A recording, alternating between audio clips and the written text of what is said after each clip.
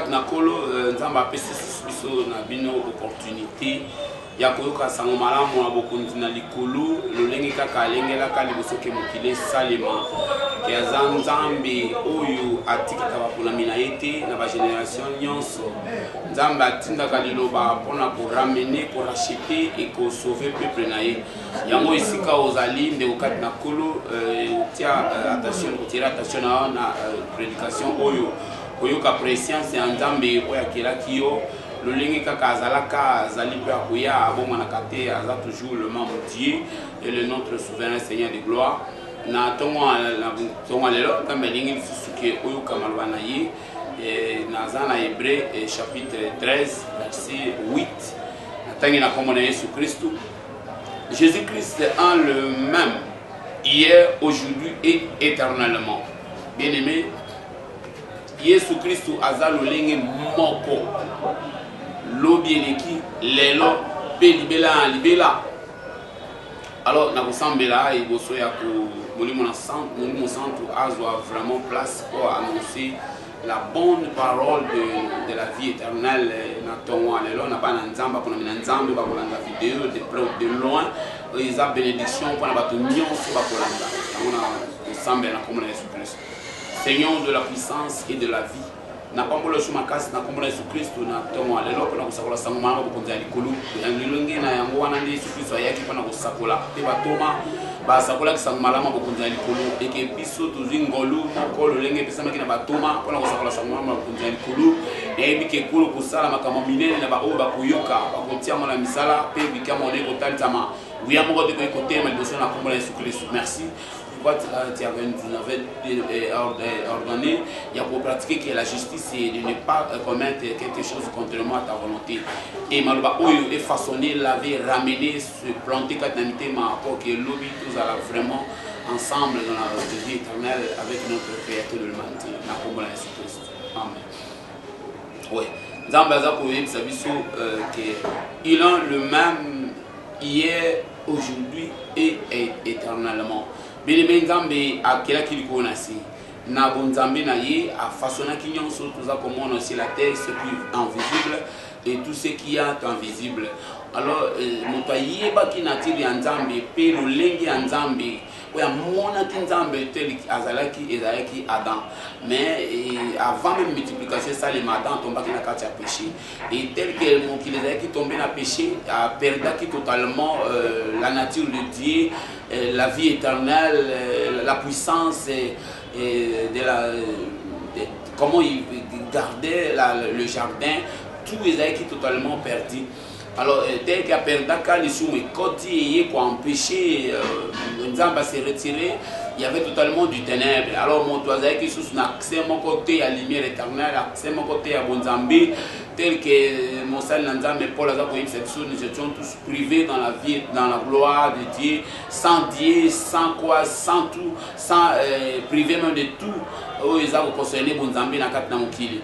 Mais Nzamba est pour ça la dégrâce de manière que comme il est le Dieu de la compassion, le Dieu de la miséricorde, de la grâce, on a continué de la biso Jésus Christ. Que Jésus Christ aya kozongi sa Bonzambi o ezalaki avant même le péché. La raison pour laquelle la Bible les a kobengaye le second Adam. Donc le premier Adam a porté le péché. Et le second Adam par son sang il est venu pour effacer complètement le péché par ce sang que nous sommes pardonnés. Parce que la Bible dit l'effusion du sang et par l'effusion du sang que nous sommes vraiment pardonnés. Alors Jésus Christ soyez pour pardonner biso pour na kopesa biso lolenge ya Bonzambe na kati na mokili. Tel que Tozingo Longo Kouta na Yesu Christ. Alors Yesu Masia Tangwaye a talisi Bonzambe na nguya nyonso. A Bible bi azalaki vraiment Nzambe oya mitali samaki na bomoto na sena moyo oyo.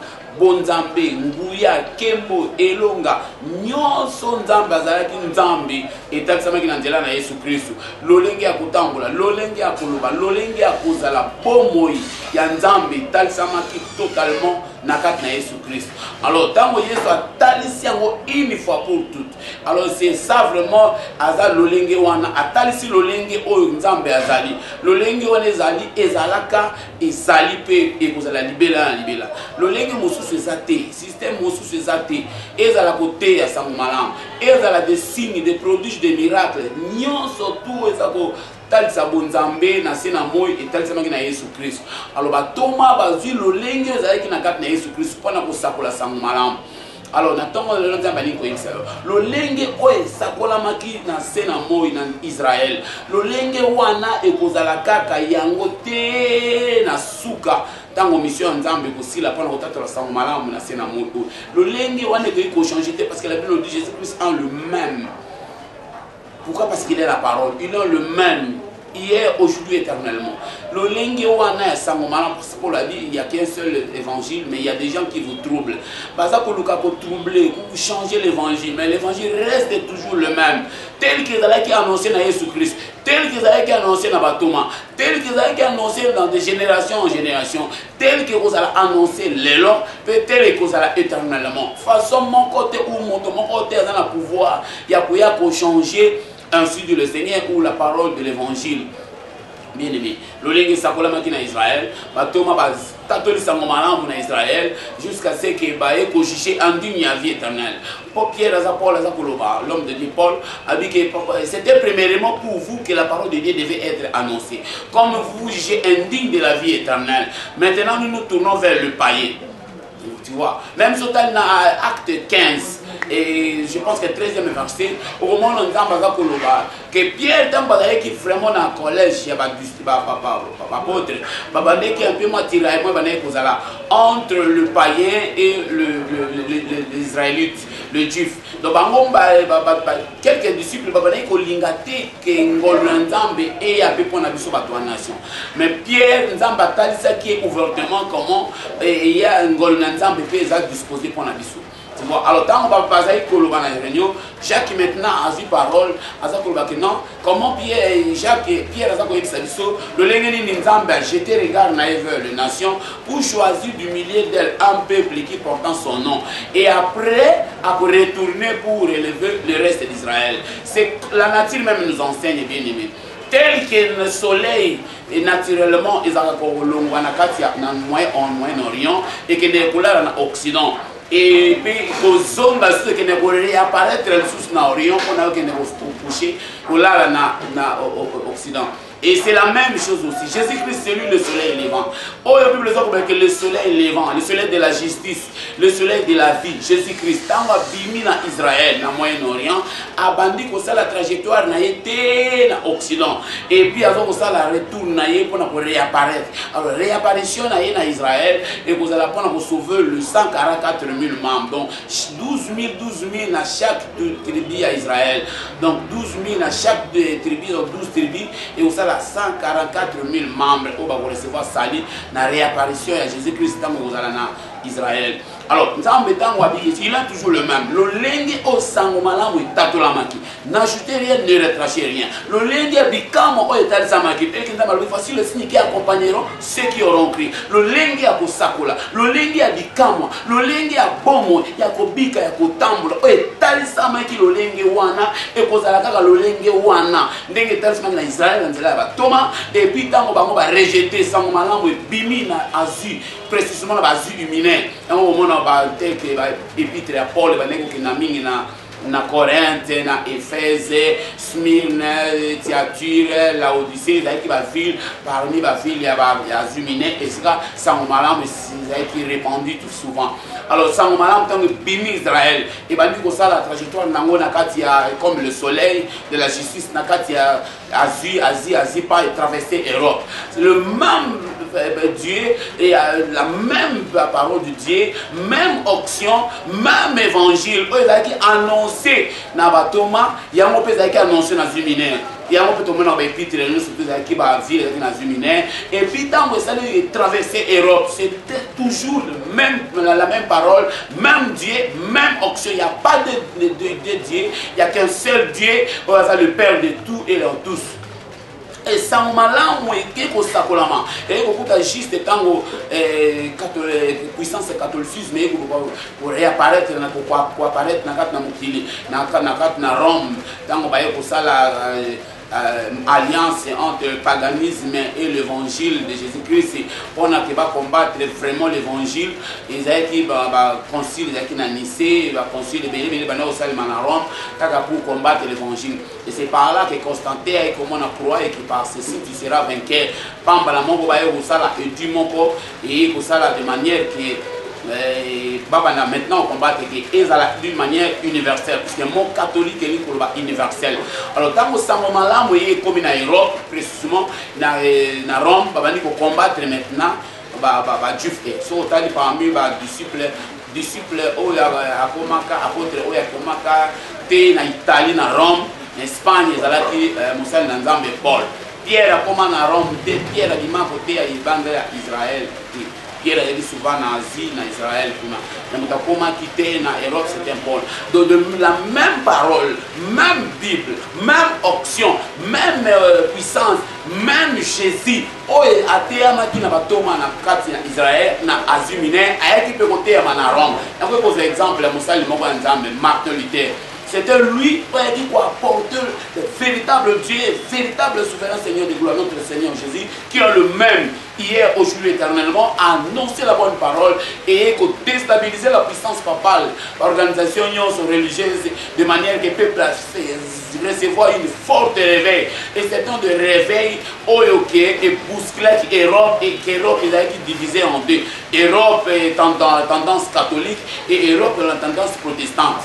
Et si on peut créer un mouvement, il y a 13 colonies qui sont en Europe, en Amérique, pour chasser les Indiens en Amérique, pour qu'ils aient place. C'était comme ça, c'était une réveil.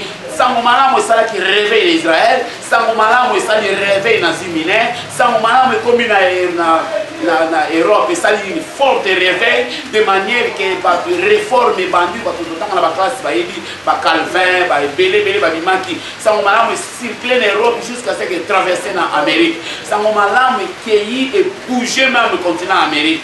Tout le monde a le témoin de Jéhovah. Le mouvement tout il y a le réveil, tout le monde a Amérique. Et dans le travail en Amérique, et parmi les serviteurs, il y avait l'homme qu'on appelle l'homme Branham. C'était aussi un homme qui a manifesté fidèlement et puissamment pour la Katnaï. Après, ça on m'a dit que Bima qui n'a rien et l'Occident maintenant, il est à la retour. Le ligne moko et il faut changer tel qui a été à côté à ma paix à côté à ma libération tel qui a manifesté une puissance à manifester puis à manifester à mon libération. Alors dans le trajectoire maintenant ils ont traversé vers l'Afrique et vers l'Afrique précisément dans notre pays l'Afrique centrale parce que nous avons belé non c'est pas congolais. Il y avait un Branham, un Américain, nous avons qui Aigle Royal, les autres circulés en Afrique centrale, et Ewald Frank, qui est un Allemand, il a confirmé en gros que non, l'homme de Dieu avait dit ceci, mais confirmation en gros, en Afrique centrale, c'est dans le Congo. Nourriture spirituelle actuellement, pour nourrir notre pays, pour nourrir le monde, il fait du manakat dans le Congo. Et la raison pour laquelle le diable a dit que a précipité, a envahi le terrain avec des serviteurs qui n'est pas digne de la vie éternelle. Oh, il y a lié sans malamu ya kina zela osbon les autres qui va pas na biso di na ba o ba le ko sala nzambe na débit mais comme à un certain moment au lieu ba garder le même Jésus-Christ qui est le même hier tel qu'à Salaki na ba Thomas tout au long âge de l'église tel qu'à rien en boka la biso à Sala il est toujours le même. Oh OK bikamo nguya kembo connaissance inspiration tout ya sans malamu na ye et ça kolama pour ba tu vas recevoir la vie. Tu vas façonner la vie. Le système naturellement mignon sur mon qu'il est renversé. Vieil homme mignon sur tout est effacé, écrasé, enterré et que tout comme de nouvelles créatures. Tu demeurer ferme devant Jésus-Christ. Que tu recevoir la vie éternelle parce que la Bible le dit. Ceux qui te croient déjà assis dans les célestes et que ce n'est pas nous qui vivons mais c'est Christ qui vit en nous. Tu vois un peu? Donc Nzambe, Nandela Yesu Masia a changé à côté. Il est le même hier, aujourd'hui, éternellement. Le lenga sali tango na uti kotali sabino. Te le lenga kosala to komi awa na mboka na biso. Maintenant Nzambe wana il faut manifester de même puissance, même onction, même connaissance, même culture, même nature, même onction ya bonzambe etalisama pour que bota na ye bazala bien revêti dans l'onction et dans la puissance pour la vie éternelle. Mais maintenant, remarque les années de 4 Napolo. Na 4 na mboka na biso, au lieu basa ko la sango malamu, oye sakola makina batoma. Au lieu batatu la sango malamu, oye tatu la makina batoma. Au lieu ba monisa ya Nzambe ko la Nzama na makomina ye, baza vite ko dévier, ba abandonner totalement le seul Seigneur Jésus qui est le même hier, aujourd'hui, éternellement. On a façonné une personne de Nzambe teke. Aujourd'hui, tout ça, on pasteur a tiki qu'on a regardé nature n'a pas qu'un pasteur, il est devenu directement Dieu et il est devenu le Père spirituel. Donc, tout est comme on a maintenant na mboka oyo Nzamba pesi biso mboka ya grâce, mboka ya elaka, ok sango malamu na sakola mapo elle ramener peuple na et apporter nourriture na l'humanité. Sango malamu eye ko perdre nature nango sango ya Yesu et perdre caractère nango et perdre façon nango tout est englouti effacé. C'est organisé de manière à s'aligner derrière la théologie au lieu de garder parole de l'inspiration ou parole révélée. Au lieu de demeurer sous des miracles écrits dans la Bible que voici le signe qui accompagnera ceux qui en ont cru. Maintenant, ce n'est pas le cas. Comme il y a un miracle, on est vraiment satanique. On a même dans le qu'il y aura des prodiges, des miracles mensongers. Pourquoi? Parce que va abandonner Nzambe et va comme il faut s'attacher à la doctrine des démons pour aller prendre des gris-gris et ça de manière que baba na bato qui va ça option et tout ça là, mais ils sont abandonnés et Jésus-Christ au hasard le même hier, aujourd'hui et éternellement.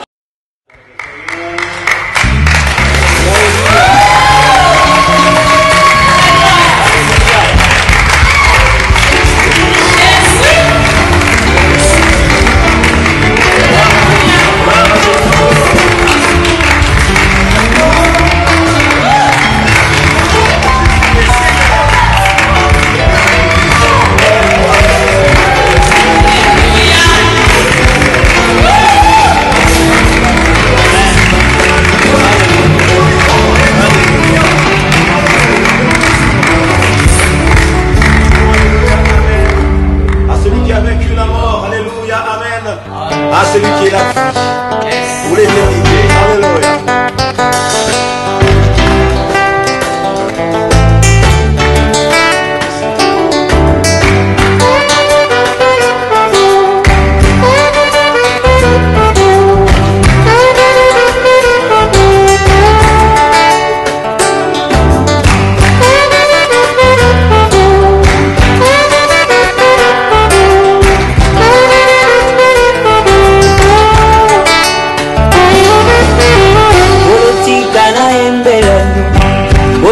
Kana kumisano, politika na sanjolano. Tikanga ina kumisano, tikanga ina nekolano, tikanga ina sanjolano. Maluba motuye matina motema, na lingi ina kumisano, tikanga ina nekolano.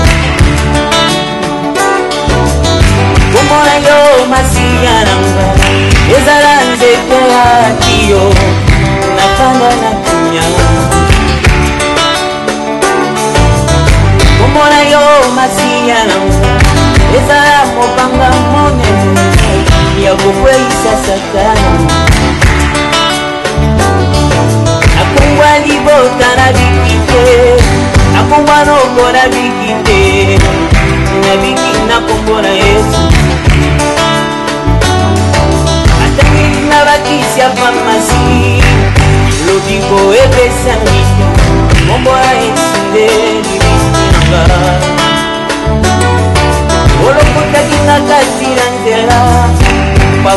Nalinga mafuta na yo oyo bolingo monene Yesu. Sinalingaki nabeba ye, sinalingaki nakufa ye, yobikisi ngai yaya. Sinalingaki nabeba ye, sinalingaki nakufa ye, okangolinga yaya.